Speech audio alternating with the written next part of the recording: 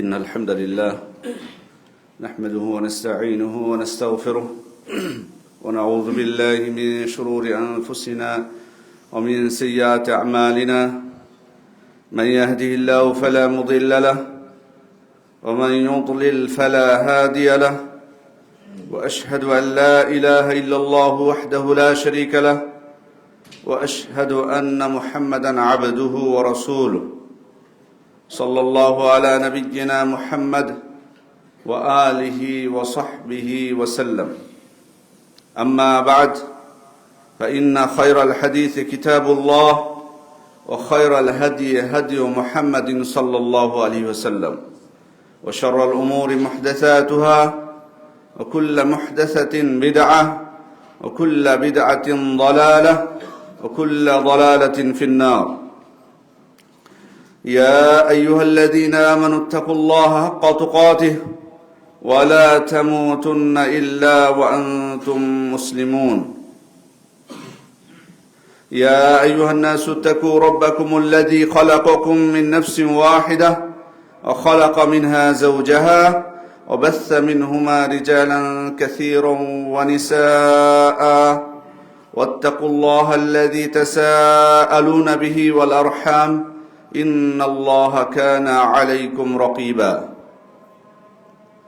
يا أيها الذين آمنوا اتقوا الله وقولوا قولا سديدا يصلح لكم أعمالكم ويغفر لكم ذنوبكم ومن يطع الله ورسوله فقد فاز فوزا عظيما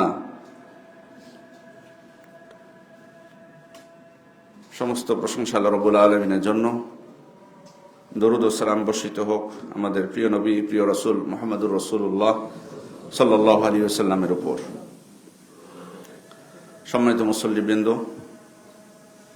আল্লাহ তাআলার অশেষ নিয়ামত যে আমরা যে দিনগুলো অতিক্রম করছি সেই দিনগুলো আল্লাহ তাআলার কাছে মর্যাদাপূর্ণ। পবিত্র কোরআনে তিনি বলছেন, ইন্না ইদ্দাতাশ শুহুরি ইনদাল্লাহি 12 শাহরান ফি কিতাবিল্লাহি ইয়াওমা খালাকাস সামাওয়াতি ওয়াল আরদ মিনহা আরবাআতুন হুরুম। আসমান জমিন সৃষ্টির দিন থেকেই আল্লাহর কিতাবে মাসের সংখ্যা হচ্ছে 12টি। তার মধ্যে 4টি মাস রয়েছে হারাম, সম্মানিত। যালিকা দ্বীনুল কাইয়্যিম, এটি হচ্ছে প্রতিষ্ঠিত দিন। ফালা তাযলিমু ফীহিন্না আনফুসাকুম, সুতরাং এই সময়ে বা এই মাসগুলোতে, 4টি মাসে তোমরা নিজেদের উপর জুলুম করো না। জুলুম কোনো অবস্থাতেই গ্রহণযোগ্য নয়, কোনো মাসেই নয়, কিন্তু বিশেষভাবে এই 4টি মাসে আরও নিষেধাজ্ঞা এসেছে। এমনকি এই 4টি মাস, যেটি পরস্পর 3টি, যুলকাদা, যুলহিজ্জা, মুহররম এবং রজব, এই 4টি মাস জাহিলি যুগেও কিন্তু এই 4টি মাসকে তারা সম্মান করত। এমনকি এই 4 মাসে তারা কোনো প্রকার যুদ্ধে বিগ্রহে লিপ্ত হতো না, সবাই সম্মান করত। কিন্তু বর্তমানে আমরা খেয়াল করছি যে আমরা যে সমস্ত মুসলিম দেশে কাফেররা হামলা করছে বা অমুসলিমরা বা ইহুদি হোক বা যেই হোক না কেন, তারা কিন্তু এই সমস্ত মাসের তোয়াক্কাই করে না। আপনি যদি দেখেন, সিরিয়ায় বলুন, ইরাকে বলুন, তার পূর্বে আফগানিস্তানে বলুন, এখন ফিলিস্তিনে দেখুন, কোনো প্রকার তোয়াক্কা নেই। তার মানে জাহিলি যুগের মুশরিক এবং কাফেরদের থেকে এ যুগের মুশরিক এবং কাফেররা বেশি নিকৃষ্ট, যেটা এর মাধ্যমে প্রমাণিত হয়। এই 4টা মাসে তারা কমপক্ষে ক্ষান্ত হতো, কিন্তু এই 4টা মাসেও সারা বছর মুসলিমদের উপর আক্রমণ করছে। সম্মানিত উপস্থিতি, এই দিনগুলোতে বিশেষ কোনো আমলের মর্যাদা আছে কিনা? অনেক উলামা ইকরাম বলছেন যে আছেন। কমপক্ষে যে কোনো প্রকার অপরাধ এই 4টি মাসে এর ভয়াবহতা বেশি অন্য মাসের তুলনায়। এ কারণে আল্লাহ তাআলা বিশেষভাবে সতর্ক করেছেন এই 4 মাসে কেউ যাতে কারোর উপর জুলুম না করে। সে কারণে বোঝা যায় যে কোনো অপরাধ শাস্তিযোগ্য অপরাধ বান্দা যদি করে, আল্লাহর ইচ্ছায় তাকে শাস্তি দিতে পারেন, কিন্তু এই 4টি মাসের ভয়াবহতা বেশি অন্য মাসের তুলনায়। আর এর মধ্যে আবার জিলহজ মাসের প্রথম 10 দিন, এটা আরো অত্যন্ত সম্মানিত এবং বরকতময় সময়, যেটা ইনশাআল্লাহ খুব অচিরে, হয়তো আগামীকাল থেকে হতে পারে, যদি আজকে চাঁদ আমরা দেখি তাহলে শুরু হবে আজকে সন্ধ্যা থেকেই। এই জিলহজ মাসের প্রথম 10 দিন এর মর্যাদা অনেক। আল্লাহ তাআলা পবিত্র কোরআনে বলেছেন ওয়াল ফাজর ওয়া লায়ালিন আশর, শপথ ফজরের এবং 10 রাত্রির। ইবনে আব্বাস রাদিয়াল্লাহু আনহুমা, ইবনে জুবাইর, মুজাহিদ প্রমুখ মুফাসসিরগণ বলছেন যে 10 রাত্রি বলতে আল্লাহ তাআলা এখানে জিলহজ মাসের প্রথম দশককে তিনি বুঝিয়েছেন। আল্লাহ রাসূল সাল্লাল্লাহু আলাইহি ওয়াসাল্লাম বলছেন আফদলু আইয়ামিদ দুনিয়া আইয়ামুল আশর, দুনিয়ার মধ্যে সর্বশ্রেষ্ঠ দিন হলো, সর্বোত্তম দিন হলো জিলহজ মাসের প্রথম 10 দিন। এই প্রথম 10 দিনের মর্যাদার আরো একটা দিক হলো যে এই 10 দিনের মধ্যে রয়েছে ইয়াউমে আরাফা। যে ইয়াউমে আরাফা বা আরাফার দিন, এটাও কিন্তু শ্রেষ্ঠ বা অত্যন্ত গুরুত্বপূর্ণ মর্যাদাপূর্ণ একটা দিন। এর গুরুত্বটা বিভিন্ন দিক থেকে প্রমাণিত হয়। প্রথম বিষয় হলো যে এই দিনে আল্লাহ তাআলা দিনকে পরিপূর্ণতা দান করেছেন। একজন ইহুদি ওমর ইবনুল খাত্তাবকে এসে বলছেন আয়াতুন ফি কিতাবিকুম তাকরাউনাহা লাউ আলাইনা মা'শারাল ইয়াহুদ নাযালাত লাত্তাখাযনা যালিকাল ইয়াওমা ঈদান। তোমরা তোমাদের কোরআনে কিতাবে একটা আয়াত তিলাওয়াত করো, যে আয়াতটা যদি তোমাদের উপর নাজিল না হয় আমাদের ইহুদিদের উপর নাজিল হতো, তো ওই দিনকে আমরা উৎসবের দিন হিসেবে গ্রহণ করতাম। তো ওমর ইবনুল খাত্তাব বলছেন যে কোন আয়াত, আইয়ু আয়াত? তখন ওই ইহুদি বললেন আল ইয়াউমা আকমালতু লাকুম দীনাকুম ওয়া আতমামতু আলাইকুম নি'মাতি ওয়া রাদিতু লাকুমুল ইসলাম দীনান। আজ আমি তোমাদের জন্য তোমাদের দিনকে পরিপূর্ণ করে দিলাম, তোমাদের উপর আমার নিয়ামতকে সম্পন্ন করলাম এবং দিন হিসেবে ইসলামকে তোমাদের জন্য পছন্দ করলাম। তো ওমর ইবনুল খাত্তাব তখন বলছেন কদ আরাফনা যালিকাল ইয়াউম ওয়াল মাকান আল্লাযী নাযালাত ফীহি আলা নবী সাল্লাল্লাহু আলাইহি ওয়াসাল্লাম। আমরা ওই সময়, যে সময় এবং যে স্থানে আল্লাহ রাসূল সাল্লাল্লাহু আলাইহি ওয়াসাল্লামের উপর এই আয়াত নাজিল হয়েছিল সেটা আমরা জানি। ওয়া হুয়া কাঈমুন বিআরাফা ইয়াউমাল জুমআহ, তিনি জুমার দিন আরাফায় অবস্থানরত সময়ে তার উপর এই আয়াত নাজিল হয়েছে। তাহলে আল্লাহ তাআলা এই দিনকে পরিপূর্ণতা দান করেছেন আরাফার দিন। খেয়াল করে দেখুন যে হজের কিন্তু অনেক কার্যাবলী আছে, রুকুন, ওয়াজিব, মুস্তাহাব, আবার ইহরামের নিষেধাজ্ঞা, কত কিছু বিধিবিধান যারা হজে গেছেন তারা জানেন। এখন যারা আমাদের হাজী সাহেবরা অবস্থান করছেন তারা কিন্তু অনেক বিধিবিধান পালন করবেন, বিভিন্ন জায়গায় অবস্থান করবেন, বিভিন্ন ইবাদত তারা করবেন। এত কিছুর পরেও তার মধ্যে একটা বিধান হলো আরাফায় অবস্থান করা, জিলহজের 9 তারিখে। আল্লাহ রাসূল সাল্লাল্লাহু আলাইহি ওয়াসাল্লাম বলছেন হাদিসের মধ্যে আল হাজ্জু আরাফা, আরাফাটাই হচ্ছে হজ। এত কিছু বিধিবিধান থাকার পরেও কেউ হজে গেলে তো অন্য বিধানও তাকে মানতে হবে, শুধু আরাফায় অবস্থান করলে হবে না। কিন্তু আরাফার কত গুরুত্ব যে আল্লাহ রাসূল সাল্লাল্লাহু আলাইহি ওয়াসাল্লাম বলছেন যে আরাফাটাই হচ্ছে হজ। এই দৃষ্টিকোণ থেকেও আরাফার মর্যাদা আমরা বুঝতে পারি। তৃতীয় হলো যে এই দিনে আল্লাহ তাআলা বহু সংখ্যক মুসলিমকে জাহান্নাম থেকে মুক্তি দান করেন। আল্লাহ রাসূল সাল্লাল্লাহু আলাইহি ওয়াসাল্লাম বলছেন মা মিন ইয়াউমিন আকসারা মিন আন ইউ'তিকা আল্লাহু ফি আবদান মিনান নার মিন ইয়াউমি আরাফা ওয়া ইন্নাহু লা ইয়াদনু সুম্মা ইউবাহি বিহিমুল মালায়েকা ফায়াকুল মা আরাদা হাউলা। আরাফাত দিনের চাইতে অন্য কোনো দিনে এত সংখ্যক বান্দাকে আল্লাহ তাআলা জাহান্নাম থেকে মুক্তি দেন না। তিনি নিকটবর্তী হন এবং ফেরেশতাদেরকে তিনি বলেন মা আরাদা হাউলাই, এরা আসলে কি চাচ্ছে, আমার এই বান্দারা কি চায় আমার কাছে। অন্য হাদিসে আল্লাহ রাসূল সাল্লাল্লাহু আলাইহি ওয়াসাল্লাম বলছেন যে আল্লাহ তাআলা ফেরেশতাদেরকে বলেন উনজুরু ইলা ইবাদি হাউলা জাউনি শুকসান গুবরা, তোমরা আমার এই বান্দাদের প্রতি খেয়াল করে দেখো, তারা চুল এলোমেলো অবস্থায় ধুলা মলিন হয়ে আমার কাছে উপস্থিত হয়েছে। তার মানে খেয়াল করে দেখুন, ইসলামে কিন্তু পরিচ্ছন্নতা, পবিত্রতা এর অনেক গুরুত্ব আছে। একজন ব্যক্তি পরিপাটি হয়ে থাকবেন, ইসলাম কিন্তু অনেক গুরুত্ব দিয়েছে। কিন্তু কিছু কিছু অবস্থায় পরিপাটি না হয়ে থাকাটা এটাও প্রশংসনীয় বিষয়, তার মধ্যে আরাফার ময়দানে। কারণ ওই সময় কিন্তু আপনি সুন্দর করে চুল আপনি চিরুনি দিয়ে আঁচড়াবেন বা গোসল করবেন ইচ্ছা মতো বা সুন্দর সুন্দর পোশাক পরিধান করবেন, এ উপায় কিন্তু নাই। দুইটা সাদা পোশাক পরিহিত অবস্থায় উপস্থিত হতে হয়। আর চুল স্বাভাবিকভাবে এলোমেলো থাকে, আর সফরের কারণে মুখ ধুলায় মলিন হয়ে থাকে। তা আল্লাহ তাআলার কাছে এটাই কিন্তু পছন্দনীয় সময়। যেমন রমজান মাসে সারাদিন না খেয়ে থেকে আমাদের কিন্তু চেহারায় কিন্তু একটা কিন্তু আলামত কিন্তু বোঝা যায় না খেয়ে থাকা, কিন্তু সেটা তো অন্য অবস্থার থেকে কিছুটা হলেও খারাপ, কিন্তু এই অবস্থাটাই আল্লাহ তাআলার কাছে প্রিয়, সেজন্য তিনি ওই অবস্থায় দোয়াও কবুল করেন। এই জন্যই আল্লাহ তাআলা ফেরেশতাদেরকে বলছেন যে দেখো আমার এই বান্দার দিকে তাকাও, এটা প্রশংসনীয় বিষয়। তিনি প্রশংসা করছেন যে চুল এলোমেলো অবস্থায়, মুখ ধুলায় মলিন হওয়া অবস্থায় তারা আমার নিকট এসে উপস্থিত হয়েছে। সম্মানিত উপস্থিতি, আরাফাত দিনের মর্যাদা আরেকটা বিষয় হলো যে আল্লাহ রাসূল সাল্লাল্লাহু আলাইহি ওয়াসাল্লাম আরাফার দোয়াকে সর্বশ্রেষ্ঠ দোয়া বলেছেন। আরাফাত দিনের দোয়াকে খায়রুদ দোয়া দোয়া ইয়াউমি আরাফা, সর্বশ্রেষ্ঠ দোয়া হলো, সর্বোত্তম দোয়া হলো আরাফাত দিনের দোয়া। স্বাভাবিকভাবে হাদিস থেকে যেটি বেশিরভাগ ওলামায়ে কেরাম বুঝেছেন বা অনেক ওলামায়ে কেরাম বুঝেছেন যে আরাফার ময়দানে যারা অবস্থান করবেন তাদের দোয়াকে এখানে ইঙ্গিত করা হয়েছে। কিন্তু আমাদের সালাফদের মধ্যে অনেক সাহাবায়ে কেরামকে আমরা দেখতে পাই, ইবনে আব্বাস রাদিয়াল্লাহু আনহুমা থেকেও বর্ণিত হয়েছে, আরো অনেক সালাফ থেকে বর্ণিত হয়েছে যে হজে যাওয়া ছাড়াও তারা এই দোয়াকে গুরুত্ব দিয়েছেন। তারা মনে করেছেন যে এই দোয়া শুধুমাত্র হাজিদের সাথে খাস নয়, বরং এটা সকলের জন্য উন্মুক্ত। সুতরাং আরাফার দিনে দোয়া করা এটি একটি বিশেষ দিন, যে দিনে দোয়াকে আল্লাহ তাআলা সর্বশ্রেষ্ঠ বলেছেন। এই কারণে এই দিনটাকে আমরা গুরুত্ব দিতে পারি। আরেকটা দৃষ্টিকোণ আছে, আমরা যদি এটা মেনে নাও নি, যদি ধরেও নি যে এটা হাজিদের জন্য শুধু খাস, আরেক দিক থেকে আমরা দোয়া করতে পারি ওই দিন। সেটা হচ্ছে ওই দিন তো আমরা সিয়াম পালন করব আরাফার দিন, তো আর সিয়াম পালন অবস্থায় কিন্তু আল্লাহ তাআলা দোয়া কবুল করেন। সেই দৃষ্টিকোণ থেকে আপনি বিভিন্ন দিক আছে, দোয়া করতে কোনো বাধা নেই। এই জিলহজের 10 দিনের গুরুত্বের আরেকটা দিক হলো যে এই 10 দিনের মধ্যে এমন একটি দিন রয়েছে যেদিন আল্লাহ তাআলার কাছে সব থেকে মহান দিন। আল্লাহ রাসূল সাল্লাল্লাহু আলাইহি ওয়াসাল্লাম বলছেন, ইন্না আযমাল আইয়ামি ইনদাল্লাহি ইয়াউমুন নাহর, ইয়াউমুন নাহর। আল্লাহ তাআলার কাছে সব থেকে মহান দিন হচ্ছে কুরবানির দিন, মানে 10 তারিখ। আল্লাহ রাসূল সাল্লাল্লাহু আলাইহি ওয়াসাল্লাম এই দিন সম্পর্কে বলেছেন, হাযা ইয়াউমুল হজ্জিল আকবার, এই দিনটি হজের বড় দিন। এই জিলহজের 10 দিনের গুরুত্বের আরেকটা দিক হলো, হাফেজ ইবনে হাজার আসকালানী রাহমাতুল্লাহ আলাইহি তিনি ইঙ্গিত করেছেন, সেটা হলো যে সকল প্রকার ইবাদত এই দিনগুলোতে সম্ভব হয়, যেটা অন্য কোনো সময় কিন্তু সম্ভব হয় না। যেমন সালাত তো আমাদেরকে কন্টিনিউ পড়তে হবে, ফরজ সালাত।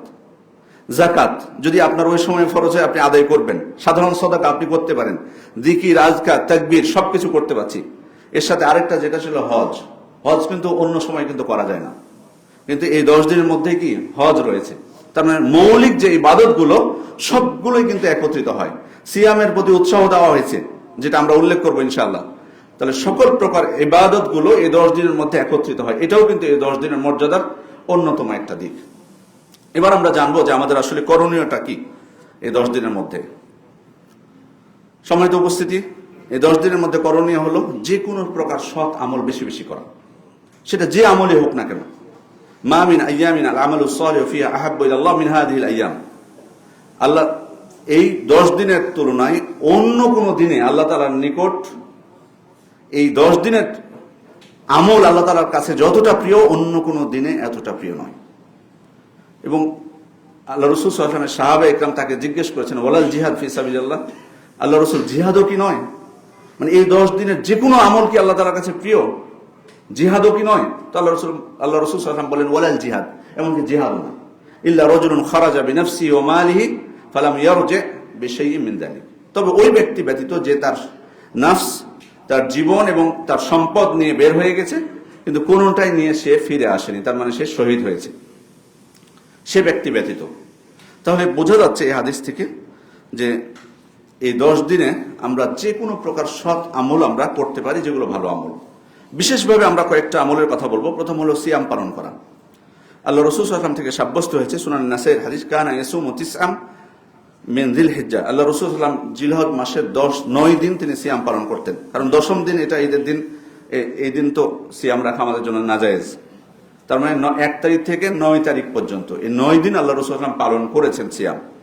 আর বিশেষভাবে আরাফার দিনে সিয়াম, আল্লাহ রাসূল সাল্লাল্লাহু আলাইহি ওয়াসাল্লাম বলছেন, সিয়ামু ইয়াউমি আরাফা আহতাসিবু আলাল্লাহ আন ইউকাফিরা সানা আল্লাতী ক্বাবলাহু ওয়াল্লাতী বা'দাহু।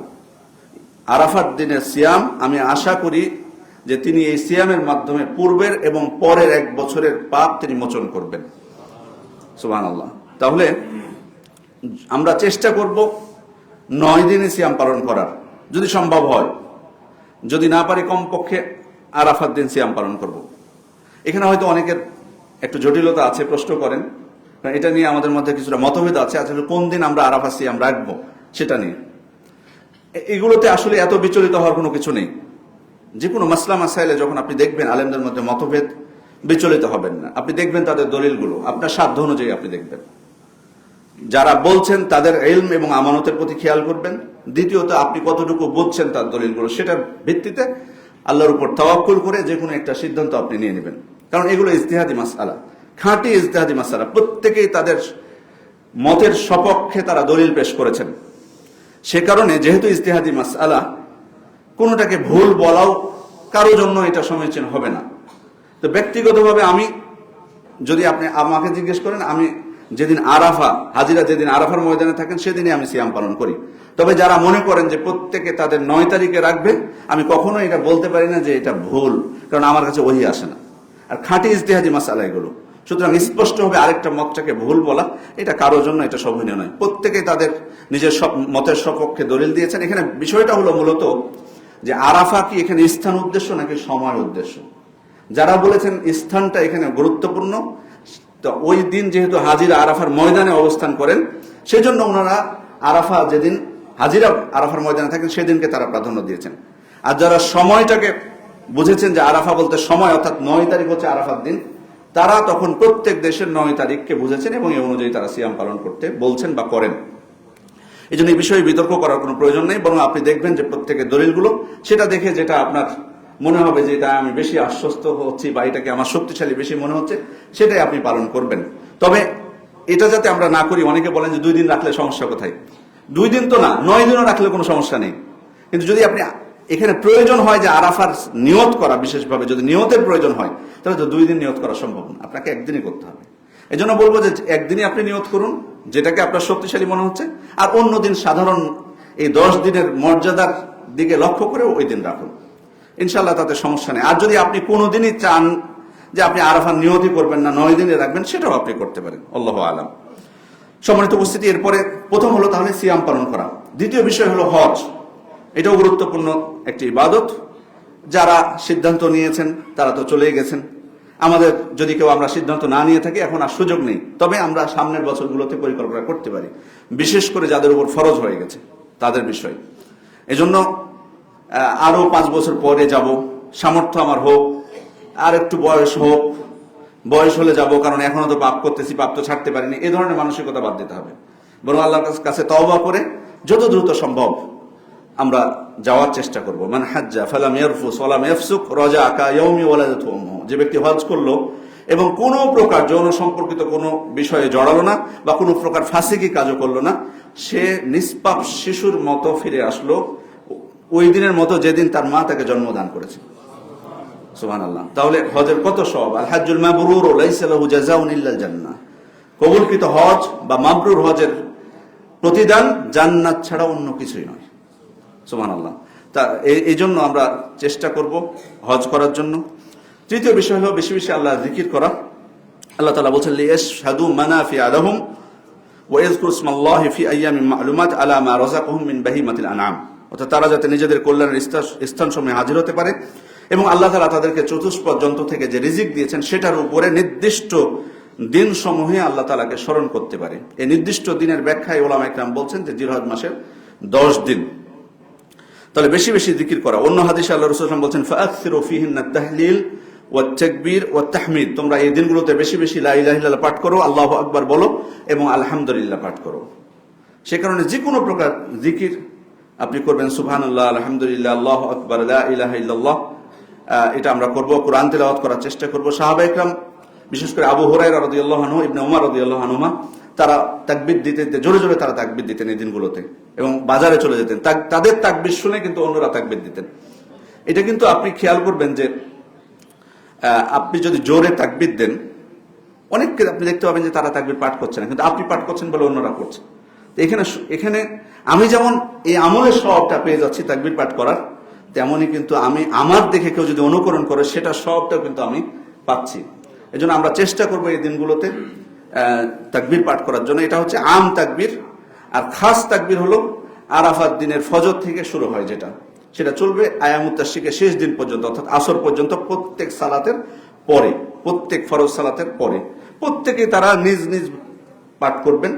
যদি সুর মিলে যায় সেটা আলাদা বিষয়, কিন্তু ইচ্ছা করে জামাতবদ্ধ হয়ে পাঠ করার কোনো প্রয়োজন নেই যে একজন পাঠ করবেন আরেকজন তার সাথে সাথে বলবেন, এটা কোনো প্রয়োজন নেই। বরং প্রত্যেকে আমরা তাকবীর পাঠ করব নিজ ইচ্ছা। এবং যে কোনো সিগা আপনি গ্রহণ করতে পারেন, আল্লাহু আকবার, আল্লাহু আকবার, লা ইলাহা ইল্লাল্লাহ, আল্লাহু আকবার, আল্লাহু আকবার, ওয়ালিল্লাহিল হামদ। অথবা প্রথমে আল্লাহু আকবার আপনি 3 বারও বলতে পারেন। সম্মানিত উপস্থিতি, এরপর হচ্ছে ঈদের সালাত আদায় করা। এটা অত্যন্ত গুরুত্বপূর্ণ একটা ইবাদত। আমরা এই ঈদের সালাতটা 10 তারিখে সূর্যোদয়ের পরে আমরা আদায় করব। পুরুষরা তো অবশ্যই, নারীদের জন্য অবশ্যই তাদের সুযোগ দেওয়া উচিত। কারণ আল্লাহ রাসূল সাল্লাল্লাহু আলাইহি ওয়াসাল্লামের যুগে আমাদের মনে হচ্ছে জায়গার এত আমরা সংকট হয়ে গেছে আমাদের, যে নারীদের জন্য আমরা ব্যবস্থা করতে পারি না। বহু জায়গায় ব্যবস্থা নাই, এটা একটা অজুহাত। আসলে এই ওজোর বা অজুহাত আসলে গ্রহণযোগ্য না। কে বলেছে জায়গা নাই? ইচ্ছা থাকলে এই উপায় হয়। বলে পুরুষের জন্য নারীদের কোনো সুযোগ নেই, অথচ আল্লাহ রাসূল সাল্লাল্লাহু আলাইহি ওয়াসাল্লাম কত গুরুত্ব দিয়েছেন। এমনকি যাদের সালাত নেই তাদেরকে পর্যন্ত, যাদের পিরিয়ড অবস্থায় যারা আছে তাদেরকে পর্যন্ত ঈদের সালাতে উপস্থিত হতে বলেছেন। তারা সালাত পড়বে না, কিন্তু আল্লাহর জিকির করতে পারবে, আল্লাহ তাআলার কাছে চাইতে পারবে, তারা খুতবা শুনতে পারবে। এরপরে আরেকটা বিষয়, যে আল্লাহ রাসূল সাল্লাল্লাহু আলাইহি ওয়াসাল্লাম বলেছেন যে যদি কোনো নারীর চাদর না থাকে, সে তার বোনের কাছ থেকে চাদর নিয়ে আসবে। তাহলে গুরুত্বটা কতটুকু যে তাদের জামাতে অংশগ্রহণ করার। আল্লাহ রাসূল সাল্লাল্লাহু আলাইহি ওয়াসাল্লামের সময়, অন্যান্য সময়ও তারা অংশগ্রহণ করেছেন। এখন অনেক বোনেরা অবশ্য জিজ্ঞেস করেন যে সুযোগ যদি আমাদেরকে না দেয়, আমাদের হক যদি পুরুষরা আমাদেরকে প্রদান না করে, তাহলে আমরা কি করবো? একাকি পড়তে পারবো কিনা জামাত করে?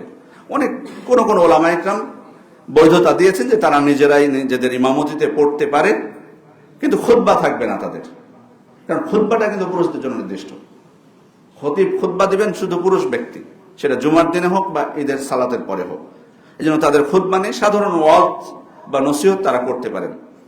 তবে এই ফতোয়া থেকে আমাদের জন্য নিরাপদ হলো যে তাদেরকে আমরা পুরুষদের জামাতে অংশগ্রহণ করাবো, যেহেতু এটাই হচ্ছে সুন্নাত, এটাই হচ্ছে সঠিক বিধান। সম্মানিত উপস্থিতি, এরপরের গুরুত্বপূর্ণ আরেকটি আমল হলো এই 10 দিনের, সেটি হচ্ছে কুরবানি করা। আল্লাহ তাআলা নির্দেশ দিচ্ছেন। মাসআলা কুরবানি করা ওয়াজিব নাকি সুন্নাত, এটা নিয়ে আমরা অনেক সময় বিতর্ক করি। আসলে এটা আল্লাহ তাআলার নির্দেশ। ফাসাল্লি লিরাব্বিকা ওয়ানহার, আপনি আপনার রবের জন্য সালাত আদায় করুন, তার জন্যই আপনি কুরবানি করুন। আল্লাহ রাসূল সাল্লাল্লাহু আলাইহি ওয়াসাল্লাম বলছেন, ইন্না আলা কুল্লি ইয়া আইয়ুহান নাস ইন্না আলা কুল্লি আহলি বাইতিন ফি কুল্লি আমিন উযহিয়া, হে মানুষেরা জেনে রাখো যে প্রতি বছর প্রত্যেকটি পরিবারের উপর একটি করে কুরবানি। এখানে আলা দ্বারা উলামায়ে কেরাম বলছেন যে আলা দ্বারা ওয়াজিব সাব্যস্ত হয়, এবং এর পূর্বের আয়াত যেটা উল্লেখ করেছি ফাসাল্লি লিরাব্বিকা ওয়ানহার, এখানেও কিন্তু নির্দেশ আছে। নির্দেশ কিন্তু ওয়াজিব অর্থেই আসে, যদিও কোনো সময় যদি অন্য কোনো কারিনা থাকে সেটা আলাদা বিষয়। আর আরেকটা বিষয় এর সাথে আমরা যোগ করবো যে আল্লাহ রাসূল সাল্লাল্লাহু আলাইহি ওয়াসাল্লাম কিন্তু সফরে হোক বা মুকিম অবস্থাতে হোক তিনি কিন্তু কুরবানি করেছেন। তিনি কিন্তু কুরবানি কোনো সময় বাদ দেননি। আমরা তো তার আর্থিক সচ্ছলতার বিষয়টি আমরা জানি, এরপরেও আল্লাহ রাসূল সাল্লাল্লাহু আলাইহি ওয়াসাল্লাম কোনো সময় বাদ দেননি। সে কারণে এই ইবাদতটা অত্যন্ত গুরুত্ব দিয়ে আমরা করার চেষ্টা করব। বিতর্কে যাওয়ার কোনো প্রয়োজন নাই, ওয়াজিব কি সুন্নাত, কারণ এটা তো স্পষ্ট যে এটা আল্লাহ তাআলার বিধান। তাহলে আপনার যদি সামর্থ্য থাকে আপনি করবেন। আসলে মানুষকে অনুৎসাহিতমূলক কথা বলা আসলে ঠিক না। এক হলো যে আপনি বলবেন যে আপনার যতই টাকা থাক কুরবানি করতে আপনি বাধ্য না।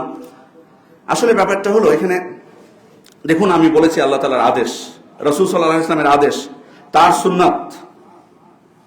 আরেকটা বিষয় এখানে আপনি যোগ করবেন, সেটা হচ্ছে ঈদের দিন। ঈদুল ফিতরে আমরা কিন্তু যাকাতুল ফিতর বের করি, গরিবদেরকে দান করি, সেটা নিয়ে তারা ঈদের আনন্দে আমাদের সাথে শরীক হয়।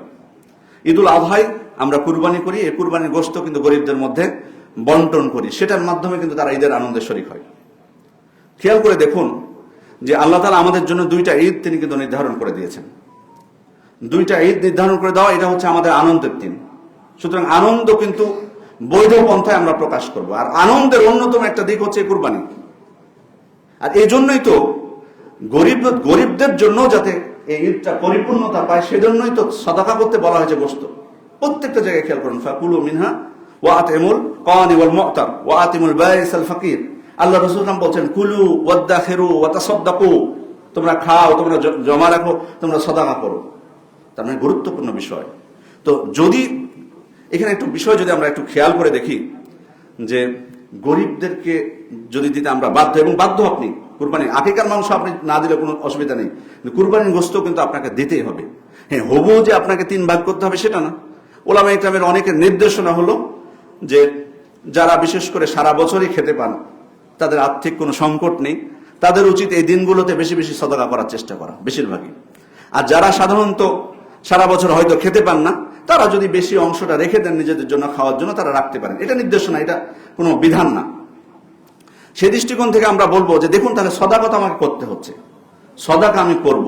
তা কোনো ব্যক্তি ধরেন সচ্ছল, ওনার অনেক টাকা পয়সা আছে, উনি কুরবানি দিলেন না, তাহলে আমি কি তাকে যে সদকা করব? হয়তো আপনি বলবেন যে হাদিয়া দিবেন। কেন? উনার কাছে টাকা থাকা সত্ত্বেও উনি আমার হাদিয়ার জন্য কেন অপেক্ষা করবেন? উনার ছেলেমেয়েরা কেন অপেক্ষা করবে? তাদের তো মনেরও তো একটা বিষয় আছে। স্বাভাবিকভাবে কল্পনা করে দেখুন যে আপনি কুরবানি দিচ্ছেন না, অন্য আশপাশে সবাই কুরবানি দিচ্ছে, আপনার পরিবারের অবস্থাটা কেমন হবে? সেদিন কিন্তু ঈদের দিন, অবশ্যই মন খারাপ হবে না? এটা স্বাভাবিক, সবাই এটা মানতে বাধ্য হবেন। তা আমি এই জন্য বলবো যে যদি তাই হয়ে থাকে তাহলে আমরা এত বিতর্কে না যে, বরং আমাদের উচিত হচ্ছে আমার যদি সামর্থ্য থাকে তাহলে কোরবানি করে ফেলা। যদি সামর্থ্য না থাকে, আল্লাহ তাআলা আমার উপর তো চাপিয়ে দেননি, তখন আমি ধৈর্য ধারণ করব, যেটুকু মানুষ আমাকে দিবে সেটুকু আমি খেতে পারবো। এই জন্য এই বিধানগুলোকে আমরা যাতে অবজ্ঞা না করি বা এমন ভাবে কথা না বলি। আমরা তো আসলে আহলুল হাদিস, আমরা সুন্নাতের প্রতি মানুষকে উৎসাহ দিই, তা আমাদের এমন কোনো কথা বলা ঠিক না যেটাতে মানুষ অনুৎসাহিত হতে পারে। তবে হ্যাঁ, এটা ঠিক যে কোনো রসম রেওয়াজ কিন্তু এখানে চলবে না, এটা কিন্তু ইবাদত। আপনার পিতা 3টা গরু কুরবানি দিতে, তাই আপনাকে 3টা দেওয়া লাগবে, ফখর করবেন সব থেকে বাজারের দামি গরুটা আমি দিয়েছি, বা এতটা ছাগল দেওয়া লাগবে, এগুলো অবশ্য গ্রহণযোগ্য নয়। কারণ এখানে আমরা ভালো করে জানি যে আল্লাহ তাআলার কাছে লা ইয়ানালুল্লাহ লুহুমুহা ওয়ালা দিমাহুহা ওয়ালাকিন ইয়ানালুহুত তাকওয়া, তার কাছে গোশত রক্ত কোনো কিছু পৌঁছবে না, কিন্তু তাকওয়াটাই পৌঁছবে। সুতরাং কোনো প্রকার ফখর, অহংকার এগুলো যাতে আমাদের মধ্যে না থাকে। হ্যাঁ, বিষয়টা হলো যে অনেকেই বলে থাকেন যে অনেকে একাধিক খাসিও দেন, গরুও দেন গোশত খাওয়ার জন্য। তা আসলে এই ধরনের মন্তব্য করাটা অন্য মুসলিম সম্পর্কে এটা কিন্তু ঠিক না, খারাপ ধারণা করাটা। অনেকে এই বিষয়টা বলেন যে তাহলে 2টাই কেন দিচ্ছেন, উনি খাওয়ার জন্য দিচ্ছেন। আচ্ছা, খাওয়ার বিষয়টা তো খেতেই পারেন, অসুবিধা নেই। উনার নিয়ত যদি বিশুদ্ধ হয়, আল্লাহর জন্য কুরবানি করছেন, কিন্তু উনি খাবেন ওখান থেকে, অসুবিধা কোথায়? খেতে তো বলা হয়েছে, গুরুত্ব দেওয়া হয়েছে। আল্লাহ রাসূল প্রত্যেকটা উট থেকে তিনি বলেছিলেন যে রান্না করো, যাতে প্রত্যেকটা থেকে আমরা খেতে পারি। ইবনে হাজার আসকালানী রাহমাতুল্লাহ আলাইহি খাসির ক্ষেত্রে বলছেন যে খাসির মানে গোশতটা সুস্বাদু হয়। তো এই দৃষ্টিকোণ থেকে যদি আমরা সুস্বাদু বলে এই খাসি জবাই করে থাকি, তো এখানে তো আমি খাওয়ার বিষয়টা এখানে প্রাধান্য দিলাম, কিন্তু আসলে ওই জন্য খেলে কোনো সমস্যা নেই। আপনি যদি মনে করেন যে আমি গরুর গোশতও খাবো, খাসি খাবো, 2টাই কোরবানি দিব আল্লাহর জন্য, অসুবিধা নেই। সুতরাং কে খাওয়ার উদ্দেশ্যে দিল, কে না আল্লাহর উদ্দেশ্যে দিল, এটা তো আমরা জানি না। ওই জন্য আমাদের নিজেকে নিয়ে আসলে যাচাই করা উচিত যে আমি কি উদ্দেশ্যে দিচ্ছি, আমার উদ্দেশ্যটা কি। সম্মানিত উপস্থিতি, এরপরে কুরবানির পরে যে বিষয়টি আরেকটা গুরুত্বপূর্ণ বিষয়, সেটা হচ্ছে চুল এবং নখ না কাটা। যারা কুরবানি আমরা দিতে ইচ্ছুক বা নিয়ত করেছি, তারা বিশেষ করে আজকে যেহেতু 29 তারিখ আরবি মাসের আজকে সূর্যাস্তের আগে আপনাদের অতিরিক্ত চুল নখ এগুলো কেটে ফেলবেন যারা কুরবানি দিতে চান। আল্লাহ রাসূল সাল্লাল্লাহু আলাইহি ওয়াসাল্লাম বলছেন, ইযা দাখালা আল-আশহু ওয়া আরাদা আহাদুকুম আন ইউদাহিয়া ফালইউমসিক আন শা'রিহি ওয়া আযফারিহি। যখন জিলহজের 10 তারিখ শুরু হয়, আর তোমাদের কেউ যদি কুরবানি দেওয়ার ইচ্ছা পোষণ করে, সে যেন তার চুল এবং নখ কাটা থেকে বিরত থাকে। এই জন্য এই 10 দিন যেহেতু আমরা কাটতে পারবো না, সেজন্য আজকে কেটে নেবেন, যাতে আপনার প্রয়োজনটা এই 10 দিনের মধ্যে না হয়। এই জন্য আজকে কাটতে বলা হচ্ছে। বিষয়টা এমন না যে আজকে কাটা সুন্নাত 29 তারিখ। এটা বলা হলো এই কারণে যেহেতু আপনি 10 দিন সুযোগটা পাবেন না, সেজন্য হতে পারে যে আপনার নখ বড় হয়ে যাচ্ছে, বৃষ্টি দেখায়। আছে না অনেকে স্টাইল করে মানুষকে দেখানোর জন্য এত বড় বড় নখ রাখে, খুবই বৃষ্টি অবস্থা। এটা খুবই আমাদের এই মুসলিম সমাজের কালচার বিরোধী একটা জিনিস। আমাদের অনেক দিনী ভাইকে আমি এই জিনিসটা খেয়াল করেছি। খবরদার, এটা আপনার কাছে এত বড় নখ থাকা, চাকু নিয়ে ঘোরাফেরা করা একই বিষয়, এবং ইসলামে তো এটা নিষিদ্ধ। সুতরাং নখ বড় রাখবেন না, নখটা ছোট রাখার চেষ্টা করবেন সবসময়। অনেকে জিজ্ঞেস করেন যে এটা কি অপরিহার্য কিনা। অধিকাংশ ওলামা ইকরাম বলেছেন যে কুরবানি যদি কেউ করতে চায়, তাহলে তার জন্য এই 10 দিনের মধ্যে নখ চুল কাটাটা নাজায়েজ, হারাম। এই জন্য এটাকে গুরুত্ব সহকারে নেওয়ার আমরা চেষ্টা করব। একাধিক রাবি দ্বারা বর্ণিত, একাধিক হাদিসের গ্রন্থে এই হাদিসটি বর্ণিত হয়েছে। সেজন্য আমরা চেষ্টা করব যে এই 10 দিনের মধ্যে যাতে এটা আমাকে না করতে হয়। আর যারা কুরবানি করবেন না, তাদের জন্য এটা প্রযোজ্য নয়, যদিও কিছু কিছু কোনো দুর্বল হাদিসে এই বিষয়ে ইঙ্গিত রয়েছে, কিন্তু এটা আসলে তাদের জন্য নয়। এবং এই বিষয়টা পরিবারের সবার উপর কি কর্তব্য এটা? জি না, যিনি আসলে কুরবানি করবেন পরিবারের কর্তা, তিনি এই বিধানটি পালন করলে যথেষ্ট হবে ইনশাআল্লাহ। সম্মানিত উপস্থিতি, তাহলে আমরা এই 10 দিনে আমাদের যেটা করণীয় সে সম্পর্কে সংক্ষিপ্তভাবে আমি উল্লেখ করলাম। আমরা প্রতি বছর কিন্তু কুরবানি আসতেছে, আবার কিন্তু কুরবানি চলে যাচ্ছে। যে আমরা ঈদুল আজহা পাচ্ছি, আবার কিন্তু ঈদুল আজহা শেষ হয়ে যাচ্ছে। আমরা আল্লাহ তাআলার সন্তুষ্টির উদ্দেশ্যে কুরবানি করছি, সময় কিন্তু অতিবাহিত হচ্ছে। প্রতি বছর যখন এই ঈদ আসে, মৌসুমের কারণে, যেমন আমরা রমাদান আসলে কিন্তু রমাদান বিষয়ে আলোচনা করি। এখন যেহেতু জিলহজ মাস, ঈদুল আজহা, সে কারণে এই সম্পর্কে আমরা আলোচনা করে থাকি। জিলহজ মাসের আলোচনা করলেই প্রথম যে বিষয়টা আমাদের মনে চলে আসে বা যে বিষয়গুলো আমাদের উল্লেখ করতে হয় সেটা হচ্ছে ইব্রাহিম আলাইহিস সালামের জীবনী। যেহেতু এটি ইব্রাহিমের সুন্নাত হিসেবে আমাদের কাছে পরিচিত, আমরা এটি ভালোভাবে জানি, সে কারণে তার জীবনের বিভিন্ন দিকগুলো আমরা উল্লেখ করে থাকি। সম্মানিত উপস্থিতি, খতিব সাহেব বর্ণনা করেন আর আমরা শুনি। প্রতি বছর কুরবানি করি, গোস্ত খাচ্ছি, কিন্তু আসলে কুরবানির যে শিক্ষা সেটা কিন্তু আমাদের জীবনে আমরা বাস্তবায়ন করতে পারছি না। এটাই হচ্ছে সব থেকে আফসোসের বিষয়। কতটুকু শিক্ষাটা আমরা পেলাম? কুরবানি তো করলাম, খেলাম, এই পর্যন্ত কি শেষ? ইমাম সাহেব আলোচনা করবেন, ইব্রাহিম আলাইহিস সালামের কাহিনী বলবেন, আমরা কাঁদবো, এই পর্যন্ত কি শেষ? নাকি আমাদের এখান থেকে শিক্ষা নিতে হবে? এই ঘটনাগুলো থেকে কিন্তু আমরা অনেক ধরনের শিক্ষা পাই, যেগুলো আমাদের ইমানের জন্য জরুরি বিষয়, নফল না, জরুরি বিষয়। আল্লাহর উপর তাওয়াক্কুল করা, ধৈর্য ধারণ করা, অন্তরের বহু আমল আছে যেগুলো জরুরি বিষয়। দেখুন, প্রত্যেক নবীকে আল্লাহ তাআলা পরীক্ষা করেছেন, কিন্তু ইব্রাহিম আলাইহিস সালামের পরীক্ষাগুলো যদি আমরা দেখি তাহলে দেখব যে এটা খুবই কঠিন পরীক্ষা ছিল। এবং শুধু একটা দুইটা পরীক্ষা না, পরীক্ষার পরে পরীক্ষা উনি দিয়েছেন তার জীবনে। এই জন্যই তো আল্লাহ তাআলা, বা আমরা জানি যে তাকে বলা হয় আবুল আম্বিয়া, নবীদের পিতা। কারণ যে সমস্ত নবীদেরকে, রাসূলদেরকে আল্লাহ তাআলা এই দুনিয়াতে পাঠিয়েছেন তাদের সংখ্যা কত আল্লাহ জানেন। যদিও কোনো কোনো দুর্বল রেওয়ায়েতে 1,24,000 বা অন্য সংখ্যা উল্লেখ করা হয়েছে, তার মানে অনেক নবী রাসূল এসেছেন। তার মধ্যে শুধু সম্ভবত 10 বা 12 জন ব্যতীত সকলেই কিন্তু ইব্রাহিম আলাইহিস সালামের বংশধর। ইব্রাহিম আলাইহিস সালামের এক ছেলে ইসহাক, তার ছেলে ছিলেন ইয়াকুব আলাইহিস সালাম, এবং তার বংশধর থেকে বহু নবী এ দুনিয়াতে এসেছেন, লক্ষাধিক নবী। এবং ইব্রাহিম আলাইহিস সালামের পুত্র ইসমাইল, আমাদের নবী সাল্লাল্লাহু আলাইহি ওয়াসাল্লাম হচ্ছেন তার বংশধর, মুহাম্মদুর রাসূলুল্লাহ সাল্লাল্লাহু আলাইহি ওয়াসাল্লাম। তাহলে খেয়াল করে দেখুন, ইব্রাহিম আলাইহিস সালাম, আল্লাহ তাআলা তাকে কত মর্যাদা দান করেছেন। যদি আমরা খেয়াল করি, তিনি কিন্তু জন্মগ্রহণ করেছিলেন এমন একটা সমাজে যে সবাই কিন্তু শিরকে ছিল লিপ্ত। ইব্রাহিম আলাইহিস সালাম এটা মেনে নিতে পারেননি। বিশেষ দিনে তারা যখন উৎসবের জন্য বের হলো, ইব্রাহিম আলাইহিস সালাম সুযোগ মনে করলেন এটাকে, যে মূর্তিগুলো তারা ইবাদত করে থাকে সেগুলোকে যদি ভেঙে চুরমার করা যায়। তিনি অলরেডি চুরমার করে ফেলে বড় মূর্তি যেটা ছিল সেটাকে তিনি অক্ষত রাখলেন তাদেরকে শিক্ষা দেওয়ার জন্য, এবং তার অস্ত্রটা তার ঘাড়ে ঝুলিয়ে দিলেন। তারা যখন ফিরে আসলো এবং এটা দেখলো যে তাদের কথিত মাবুদের সাথে এরকম ব্যবহার করা হয়েছে, খুব তারা কষ্ট পেল, আশ্চর্য হলো, রাগান্বিত হলো। তারা বললো, এই কাজ কে করতে পারে? তোদের মধ্যে কেউ কেউ বললেন, সামি'না ফাতা ইয়াযকুরুহুম ইউকালু লাহু ইব্রাহিম, আমরা এক যুবককে এই মূর্তিগুলোর সমালোচনা আগে করতে দেখেছি, তার নাম হচ্ছে ইব্রাহিম, হতে পারে তিনি এই কাজটা করেছেন বা সে এই কাজটা করেছে। ইব্রাহিম আলাইহিস সালামকে ডাকা হলো, প্রশ্ন করলো, আনতা ফাআলতা হাযা বিআলিহাতিনা ইয়া ইব্রাহিম, ইব্রাহিম তুমি কি আমাদের এই মাবুদগুলোর সাথে, উপাস্যগুলোর সাথে তুমি এই আচরণ করেছো? তো উনি তো জবাব দিলেন যে না, ওই যে অস্ত্র ঝুলা আছে তার ঘাড়ে, সেই করেছে এটা। হতভম্ব হয়ে গেল। পরে তারা বলছেন, লাকাদ আলিমতা মা হাউলা ইয়ানতাকুন, ইব্রাহিম আপনি তো ভালো করে জানেন যে এই মূর্তিগুলো তো কথা বলতে পারে না। ইব্রাহিম আলাইহিস সালাম এটাই সুযোগ নিলেন, আফাতা'বুদুনা মিন দুনিল্লাহ মা লা ইয়ানফাউকুম শাইআন ওয়া লা ইয়াদুররুকুম, তাহলে কি তোমরা এমন উপাস্যর ইবাদত করছো বা এমন মাবুদের ইবাদত করছো যে তোমাদের বিন্দু মাত্র উপকার করতে পারে না, ক্ষতিও করতে পারে না, শুধু কথা বলতেই পারে না, এমন মাবুদে তোমরা ইবাদত করো? কোনো জবাব নেই। কিন্তু তারা তো এটা মেনে নিতে পারেনি। নিয়ে যাওয়া হলো নমরুদের কাছে, যে নিজেকে রব দাবি করত, শুধু মাবুদ না, রব দাবি করত।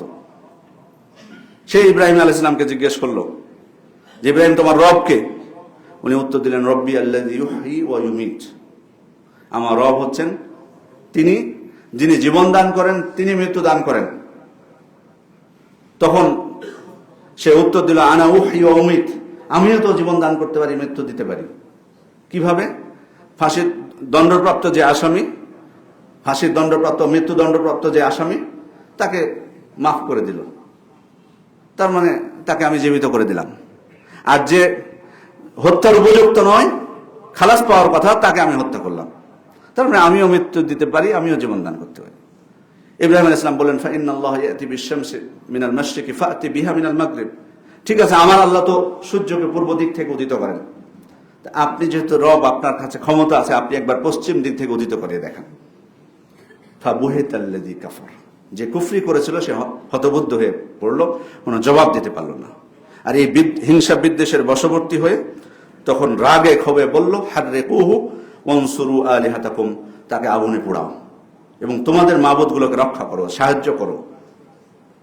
বেত নির্মাণ করে অগ্নিকুণ্ড নির্মাণ করা হলো, ইব্রাহিম আলাইহিস সালামকে নিক্ষেপ করা হলো। তিনি শুধু একটাই বলেছিলেন কথা, হাসবুনাল্লাহু ওয়া নি'মাল ওয়াকিল, আল্লাহ আমার জন্য যথেষ্ট, তিনি উত্তম তত্ত্বাবধায়ক। আল্লাহ তাআলা আগুনকে নির্দেশ দিলেন, ইয়া নারু কুনি বারদাও ওয়া সালামান আলা ইব্রাহিম, হে আগুন তুমি ইব্রাহিমের জন্য শীতল এবং শান্তিদায়ক হয়ে যাও।